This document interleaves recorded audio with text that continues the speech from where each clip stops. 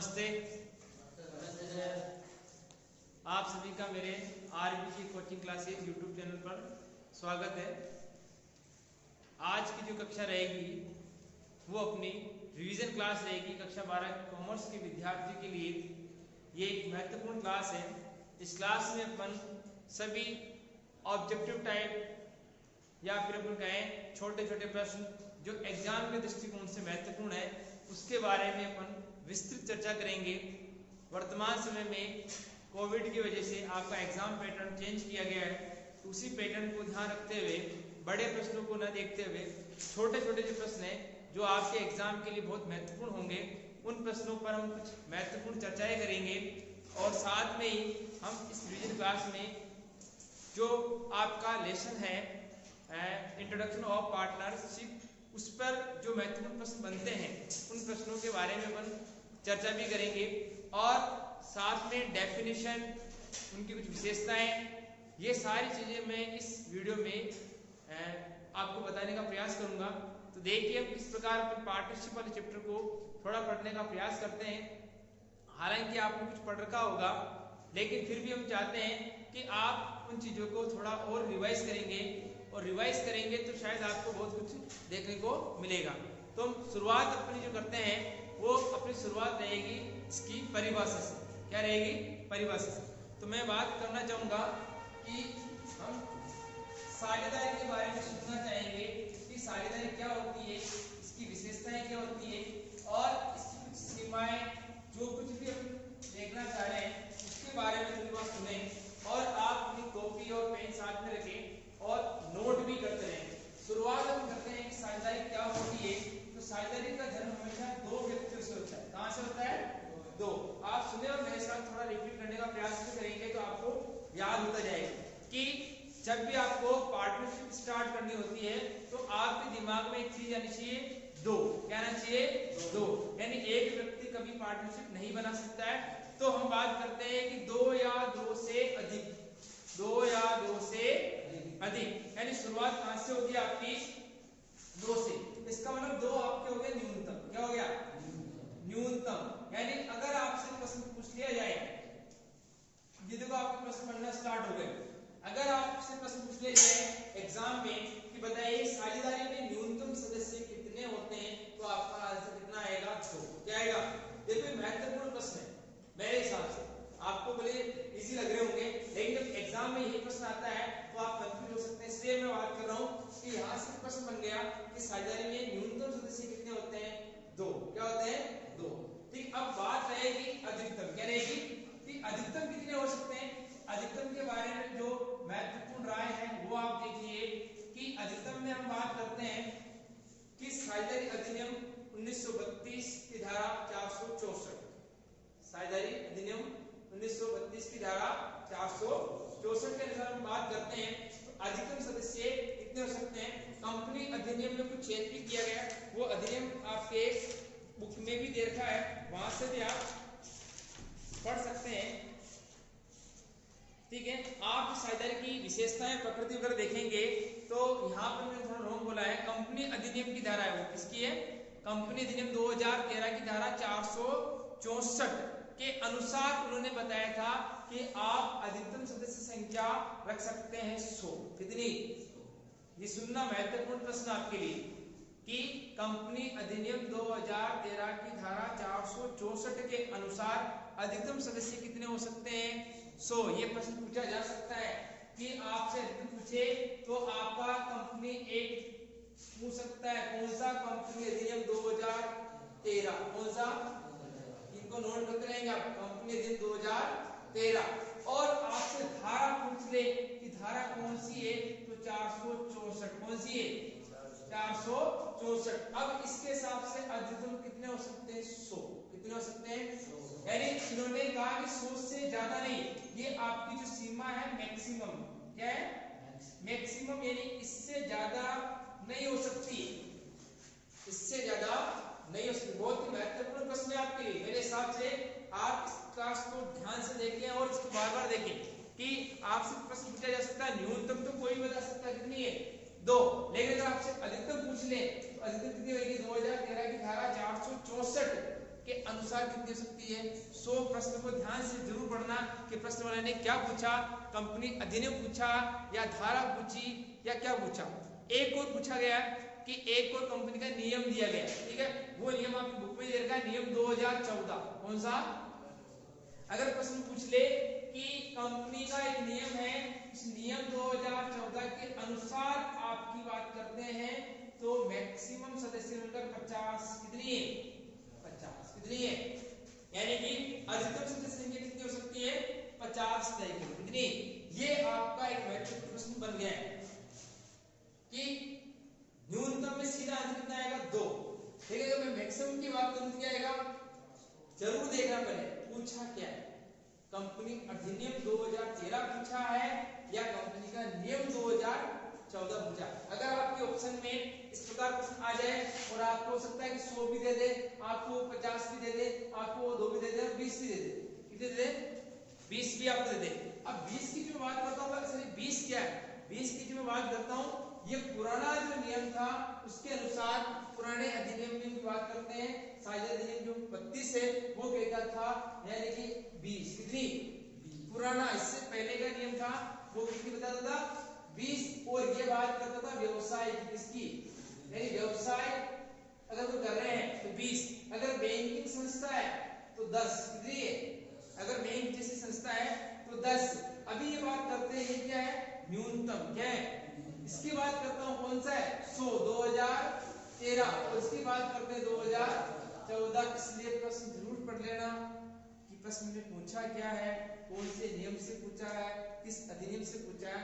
उसमें आपको पता है कि आपके पास 10 ऑब्जेक्टिव प्रश्न आएंगे। कितने आएंगे? 10 ऑब्जेक्टिव प्रश्न आएंगे, उनमें से प्रश्न आपको मिल सकता है। क्लियर हो गया? तो न्यूनतम की बात हो गई और अधिकतम की बात हो गई। अब बात करते हैं परिभाषा की। किसकी बात कर रहे हैं? तो साझेदारी अधिनियम भी पूछा जा सकता है कि बताइए साझेदारी अधिनियम कौन सा लागू होता है? 1932, 1933, 1934 और 1935 इस प्रकार पूछा जा सकता है। तो आपको पता है कि साझेदारी में कौन सा अधिनियम लागू होता है? 1932। ये भी जरूर ध्यान रखना, ठीक है। और आपसे पूछ ले कि साझेदारी अधिनियम 1932 में जो साझेदारी की परिभाषा है वो कौन सी धारा में दी गई? 4। कौन सी परिभाषा है? कौन सी धारा?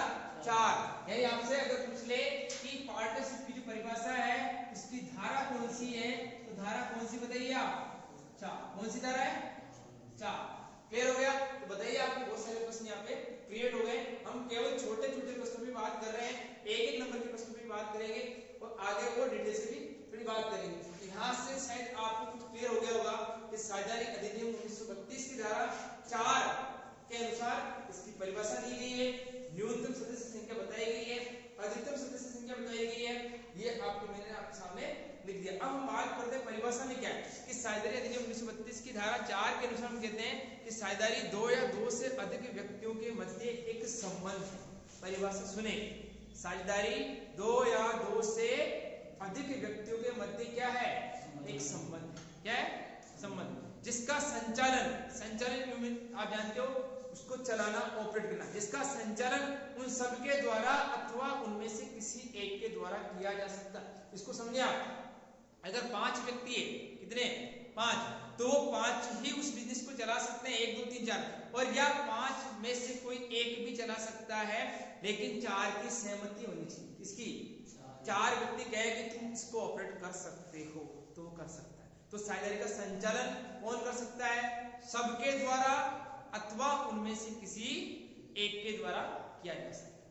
अब उस साझेदारी से उत्पन्न लाभ या हानि, अगर आप बिजनेस कर रहे हैं तो प्रॉफिट भी हो सकता है और लॉस भी हो सकता है। तो उस लाभ और हानि को कैसे बांटेंगे? पूर्व निर्धारित अनुपात में। कैसे बांटेंगे? यानी हमने पहले ही डिसाइड कर लिया हम 5 व्यक्ति हैं, हम बराबर बांटेंगे, कोई दिक्कत नहीं, बराबर बांट लो, ठीक है।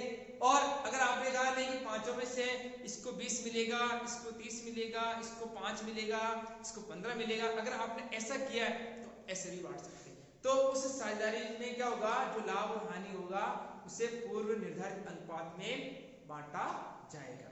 ये उनके बीच में क्या होता है? एक समझौता है। तो हम सिंपल सी परिभाषा में हम कह सकते हैं साझेदारी 2 या 2 से अधिक व्यक्तियों के मध्य एक प्रकार का क्या है, समझौता या संबंध है जिसका संचालन उन सबके द्वारा अथवा उनमें से किसी एक के द्वारा किया जाता है।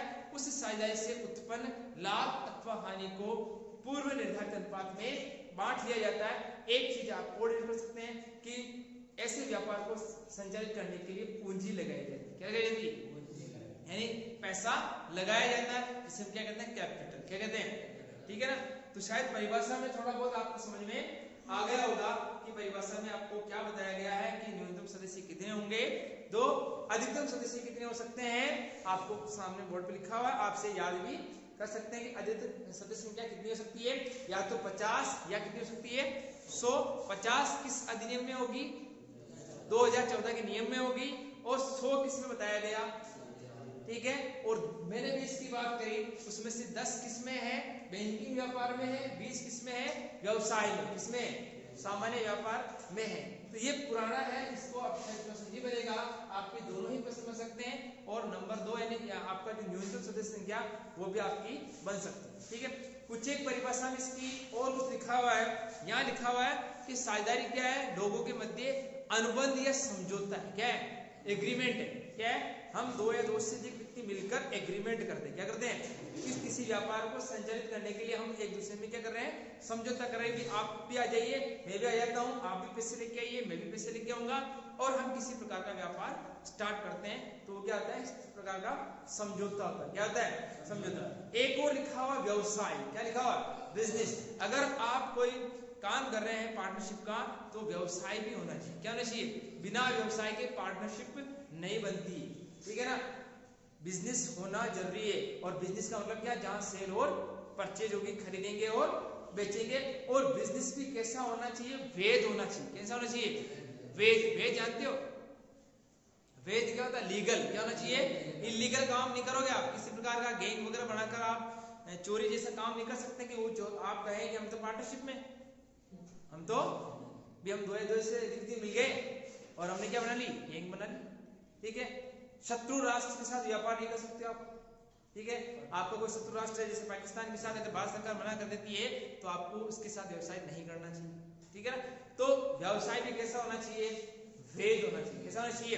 वैध। और पारस्परिक अभिकरण एक महत्वपूर्ण शब्द है, हम इस पर थोड़ी सी चर्चा कर लेते हैं। हाँ, मैं इसको क्लियर कर देता हूँ।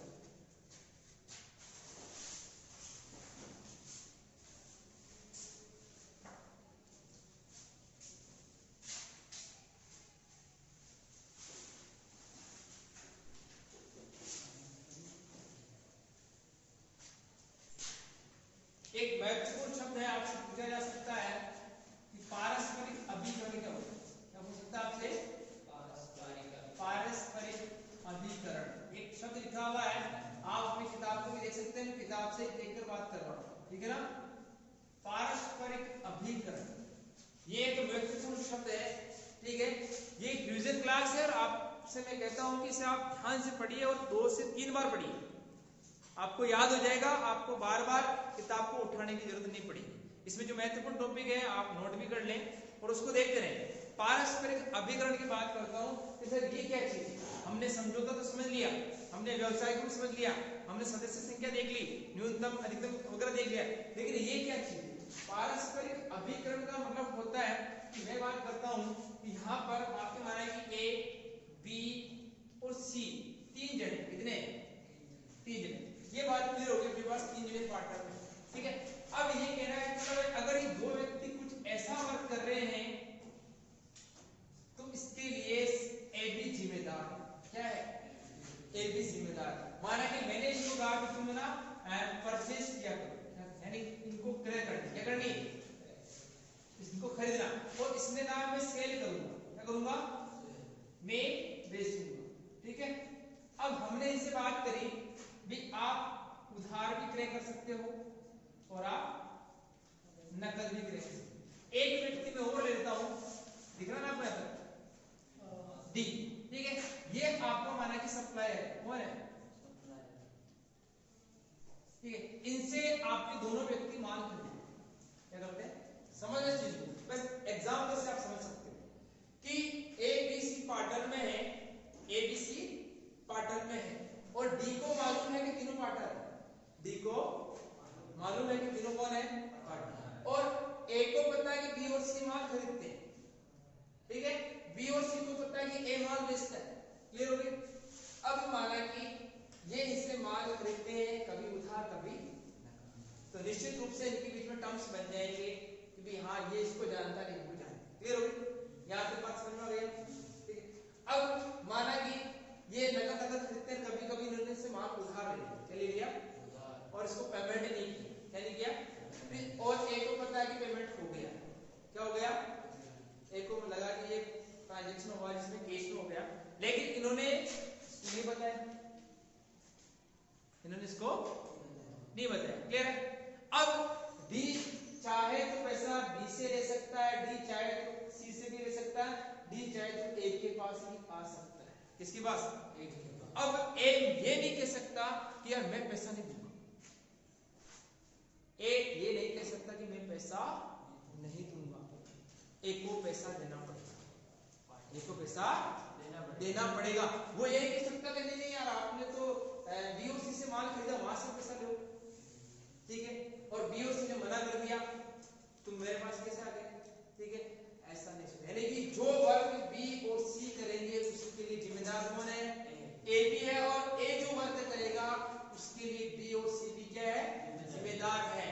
तो अगर इनसे पैसा रिकवर नहीं हो पाता है तो ये डी नाम का व्यक्ति ए से सारा पैसा ले सकता है, भले ही बाद में ए बी और सी से पैसा वसूल करे, किसी भी माध्यम से, चाहे कोर्ट के माध्यम से भी वसूल करे, लेकिन आप इसको मना नहीं कर सकते,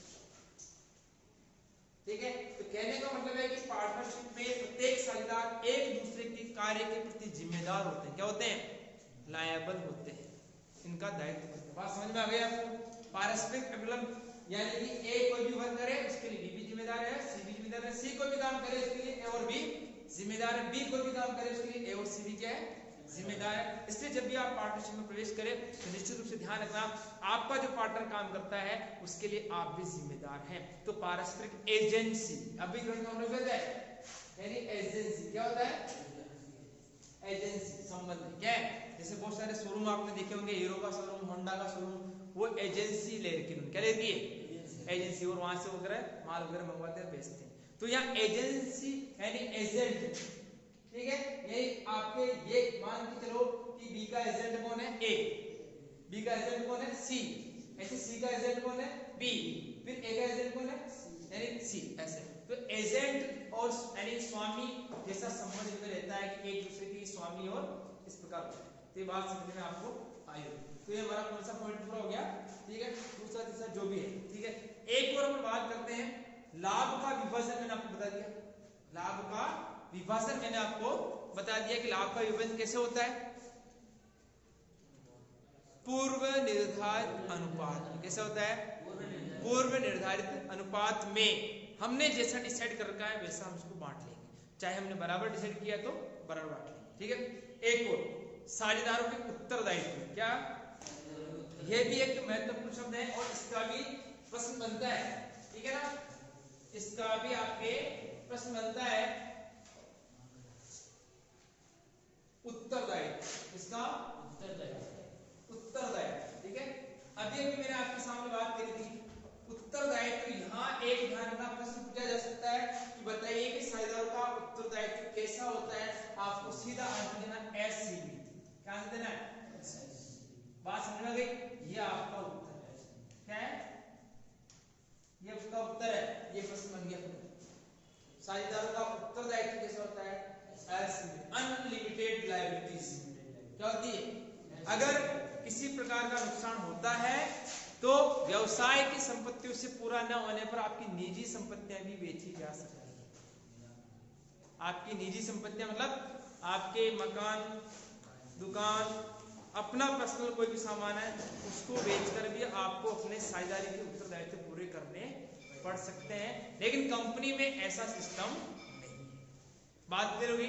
तो शायद आपको क्लियर हो गया होगा कि साझेदारी क्या है, कितने व्यक्तियों के मध्य संबंध है, न्यूनतम क्या है, अधिकतम क्या है, पारस्परिक समझौता क्या होता है, लाभ का विभाजन कैसे होता है, पारस्परिक अभिकरण क्या होता है, ठीक है। ये सब चीजें अपन ने देख ली। अब हम थोड़ा आगे बढ़ते हैं कि पार्टनरशिप में और क्या चीजें आती है, इनके खाते किस प्रकार किए जाते हैं, खाते रखने की कितनी विधियां हैं, कौन कौन से अकाउंट तैयार किए जाते हैं, जर्नल एंट्री कैसे की जाती है, उसको भी हम थोड़ा सा देख लेते हैं।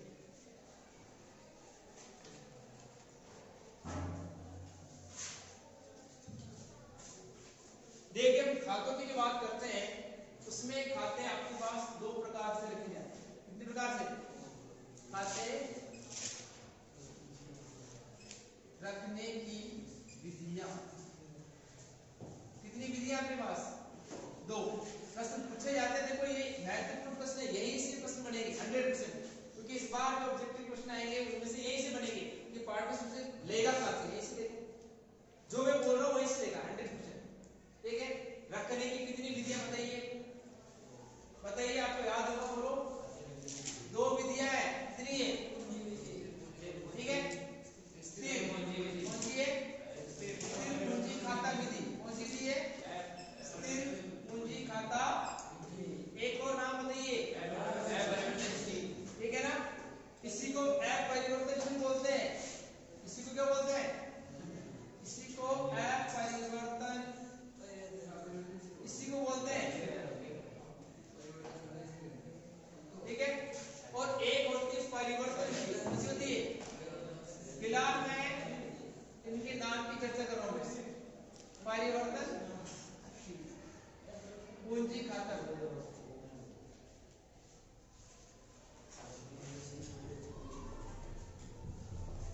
क्लियर है? कितनी विधि है? दो, ये जरूर ध्यान रखना। अब ये पूछ सकता है कि कौन कौन से खाते बनते हैं, ठीक है। इस वाले में दो अकाउंट बनते हैं, कितने? दो, ठीक है। एक बनता है इसमें फिक्स्ड कैपिटल अकाउंट, क्या बनता है? फिक्स्ड कैपिटल अकाउंट, ये भी ध्यान रखना। और नंबर दो बनता है इसमें करंट अकाउंट, क्या बनता है? Current account. यहां से क्वेश्चन बनता है। और इसमें एक अकाउंट बनता है, कौन सा?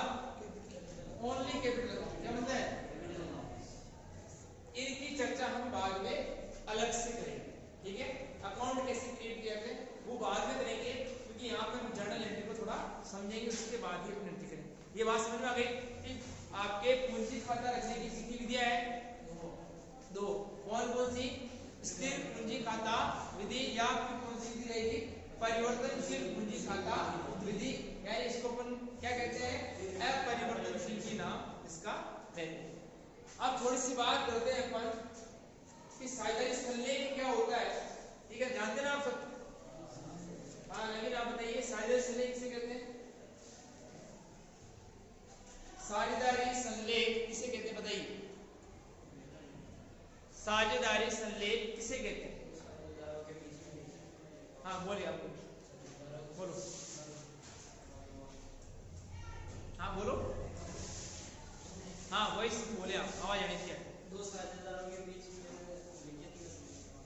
दो साझेदारों के बीच में लिखित में समझौता, बिल्कुल राइट आंसर इसका, कि साझेदारों के मध्य किया गया लिखित या मौखिक समझौता। ये प्रश्न बन गया वापस कि आपसे प्रश्न पूछा जा सकता है, बताइए कि साझेदारों के मध्य जो संलेख होता है वो कैसा होता है। आपको आंसर में दे दिया लिखित, मौखिक, लिखित और मौखिक या कुछ भी, तो आपका आंसर आएगा लिखित और मौखिक दोनों, लिखित और।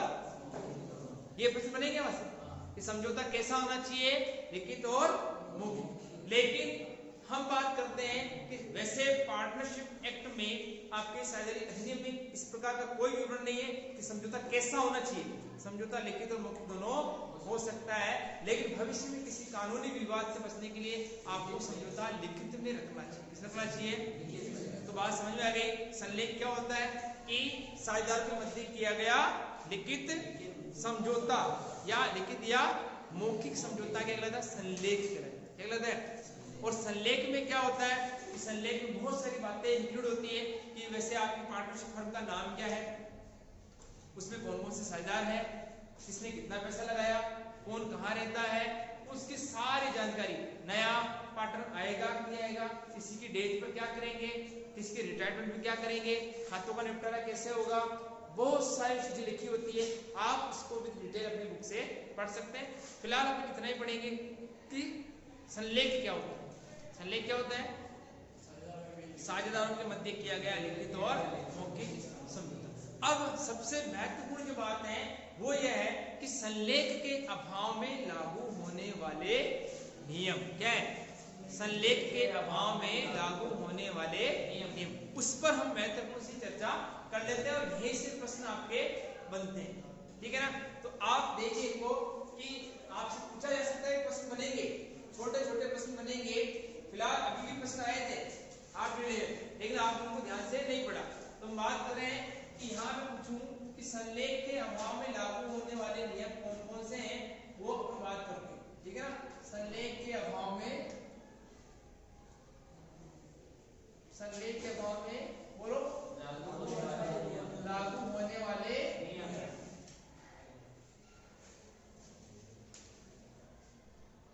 ठीक है, सबसे महत्वपूर्ण बात बताइए, अगर आपने किसी प्रकार का एग्रीमेंट नहीं किया, किसी प्रकार का समझौता नहीं किया, तो सबसे जो महत्वपूर्ण बात आती है वो आती है प्रॉफिट की। किसकी बात आती है? तो प्रॉफिट की बात आती है।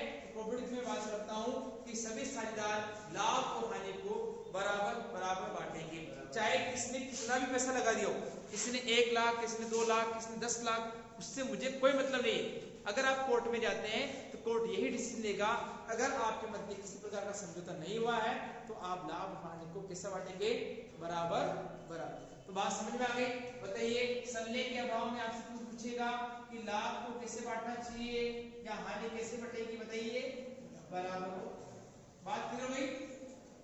कॉपी चलाए, आप नोट्स कॉपी बनाए, इसको यूं समझे कि ऐसा कुछ नहीं, आप अपनी कॉपी चलाए, आप इनको नोट करते जाए, जब फ्यूचर में आप वापस कुछ समय बाद आज हम पढ़ेंगे तो आपको जल्दी याद हो जाएगा। एक तुम 10 लाइन पढ़ते हैं और एक 10 लाइन के आप 1 लाइन में उसका सार समझ रहे हैं, तो सार ही आपके लिए महत्वपूर्ण है रिवीजन के लिए। तो आप बताइए कि आप लाभ और हानि को कैसे बांटेंगे? बराबर और बराबर। बात क्लियर हो गई? दूसरी बात, ठीक है, अब बात आती है इंटरेस्ट ऑन कैपिटल। इसकी बात आती है इंटरेस्ट ऑन कैपिटल। ठीक है, और एक बात आती है इंटरेस्ट ऑन ड्राइंग। इसकी आती है इंटरेस्ट ऑन ड्राइंग। ये इन शॉर्ट में लिखा हुआ है। हम बात करते हैं, अगर साझेदारों को पूंजी पर ब्याज देना है या हरण पर ब्याज देना है, आपका सीधा आंसर आएगा किसी प्रकार का ब्याज नहीं दिया जाएगा, तो किसी प्रकार का ब्याज भी नहीं दिया जाएगा। तो यहाँ पर हम बात करते हैं, क्लोज कर देते हैं कि no interest on capital, no interest on. ठीक है, नेक्स्ट थर्ड बात करते हैं, अगर कोई साझेदार आपको कहता है कि मुझे सैलरी चाहिए, मुझे बोनस चाहिए, ठीक है ना, मुझे कमीशन चाहिए, तो यहाँ पर भी हम सैलरी, बोनस, कमीशन किसी को नहीं देंगे। यहीं से प्रश्न बनेंगे। आपका प्रश्न आएगा कि साझेदारी संलेख नहीं है और फिर लिख दिया ए अपना वेतन 2400 रुपए प्राप्त करेगा, तो आपका आंसर आएगा नहीं। ठीक है, संलेख में क्या लिखा हुआ है कि अगर संलेख नहीं है तो किसी प्रकार का सैलरी, बोनस, कमीशन किसी को नहीं दिया जाएगा, किसी को पूंजी पर ब्याज नहीं दिया जाएगा, तो किसी से हरण पर ब्याज भी नहीं लिया जाएगा। लाभ और हानि को कैसे बांटेंगे? बराबर बराबर बांटेंगे। नेक्स्ट बात करते हैं अपन, वो आता है इंटरेस्ट ऑन लोन। क्या आता है? Interest on loan. अगर इंटरेस्ट ऑन लोन की बात करते हैं तो कोई साझेदार अगर फर्म को ऋण देता है, कोई भी साझेदार अगर फर्म को ऋण देता है तो फर्म से 6% वार्षिक दर से ब्याज देगा। क्या देगा? फर्म से 6% वार्षिक दर से क्या देगा? ब्याज देगा। यानी कोई भी साझेदार किसी भी फर्म को अगर अपना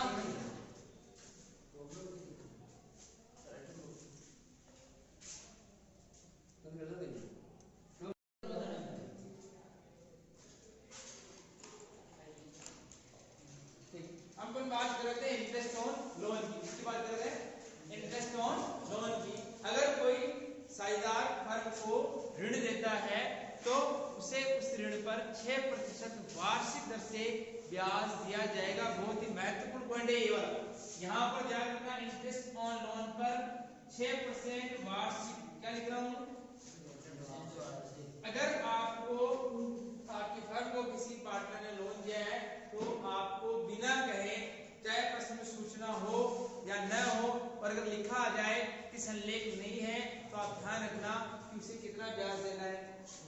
6%। माना किसी एक व्यक्ति ने यानी एक पार्टनर ने 60,000 का लोन दिया, तो आप ध्यान रखना कि 60,000 पर ब्याज कितना देना है, 6/100 यानी 3600 रुपए आप उसके खाते में क्रेडिट करें। ठीक है, और अगर महीने के हिसाब से निकालना है तो इंटू आप अगर 7 महीने का निकालना है तो 7/12 कर दें। ठीक है, और होल ईयर का निकालना है तो आपको सीधा 6/100 करना। प्रश्न में डेट आएगी, डेट के अकॉर्डिंगली प्रश्न। ठीक है, नेक्स्ट इसके बाद बात करते हैं कि कोई भी साझेदार फर्म की, ठीक है ना, अपन बात करते हैं फोटोकॉपी। ठीक है ना, ठीक है, यानी कि कोई भी साझेदार फर्म के सभी अकाउंट्स को देख सकता है, उसकी फोटोकॉपी ले सकता है, उसके पास ये राइट है। ठीक है, बुक्स ऑफ अकाउंट्स को चेक भी कर सकता है। तो ये अपने 4 से 5 महत्वपूर्ण अधिकार मिले अपने को संलग्न के अभाव में लागू होने वाले नियम को कहते हैं। और महत्वपूर्ण नियम है कि सभी साझेदार लाभ हानि को कैसे बांटेंगे, बराबर बराबर। Interest on capital, interest on drawing के बारे में कोई बात नहीं की जाएगी, मतलब देना ही नहीं है। सैलरी, बोनस, कमीशन किसी साझेदार को नहीं दिया जाएगा। अगर कोई साझेदार फर्म को ऋण देता है तो उसे कितनी प्रतिशत दर से, 6% वार्षिक दर से क्या दिया जाएगा, ब्याज का भुगतान किया जाएगा। आज जो अपन ने क्या बात करी थी, साझेदारी की परिभाषा, उसकी विशेषताएं, ठीक है, और साझेदारी संलेख और उसके अभाव में लागू होने वाले नियम, और साथ में अपन कौन कौन से अकाउंट बनाते हैं वो अकाउंट पे मैंने बात करी थी कि स्थिर पूंजी खाता विधि और परिवर्तनशील पूंजी खाता विधि अपन ने पढ़ी थी। इससे आगे हम थोड़ी सी चर्चा और कर लेते हैं। एक बार इसको बैठा रहा हूं ना,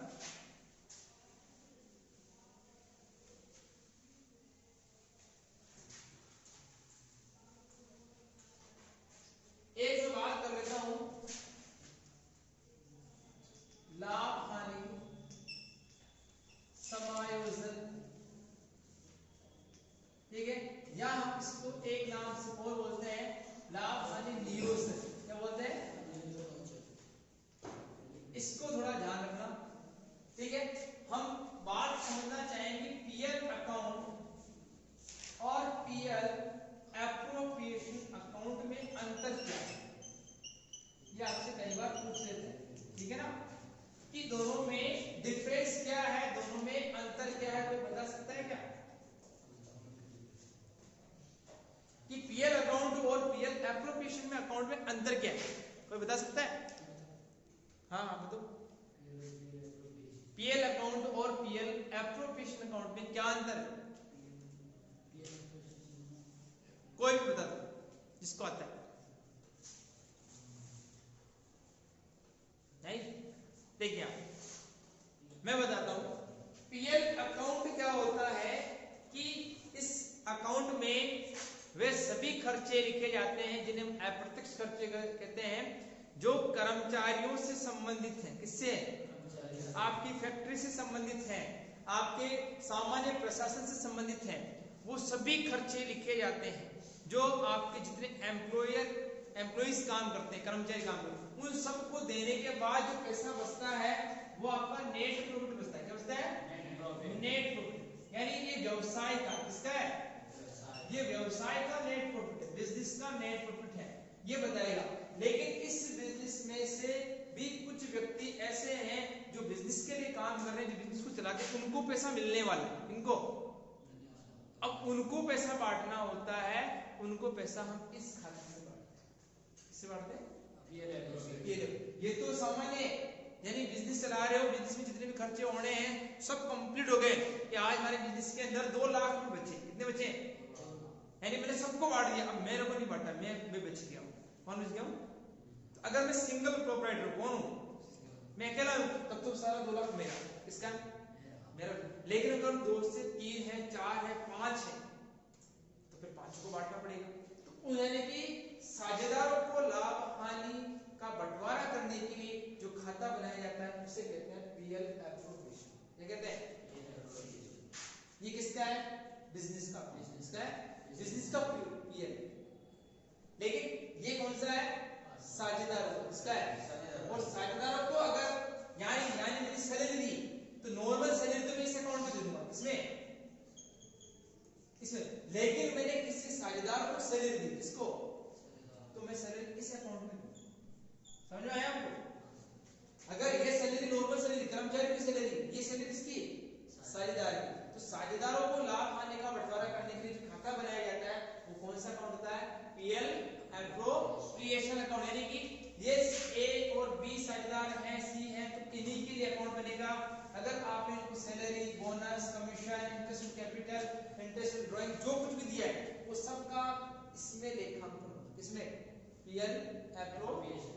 तो आपको अंतर जरूर समझ आना चाहिए कि पीएल अकाउंट क्या है और पीएल एप्रोप्रिएशन अकाउंट क्या है। पीएल एप्रोप्रिएशन अकाउंट पूछता आपसे कि लाभ हानि नियोजन खाते का अर्थ समझाइए, तो आपको लिखना है कि साझेदारों को लाभ हानि का बंटवारा करने के लिए जो खाता बनाया जाता है उसे लाभ हानि नियोजन खाता कहते हैं। इसमें साझेदारों की सैलरी, बोनस, कमीशन वगैरह लिखा जाता है, यानी जो भी हम उनको देते हैं। तो ये बात आपको समझ में आनी चाहिए, ठीक है। अब हम समझेंगे कि जर्नल एंट्रीज किस प्रकार की जाती है, ठीक है, उसकी थोड़ी सी अपनी जानकारी ले लेते हैं, ठीक है ना।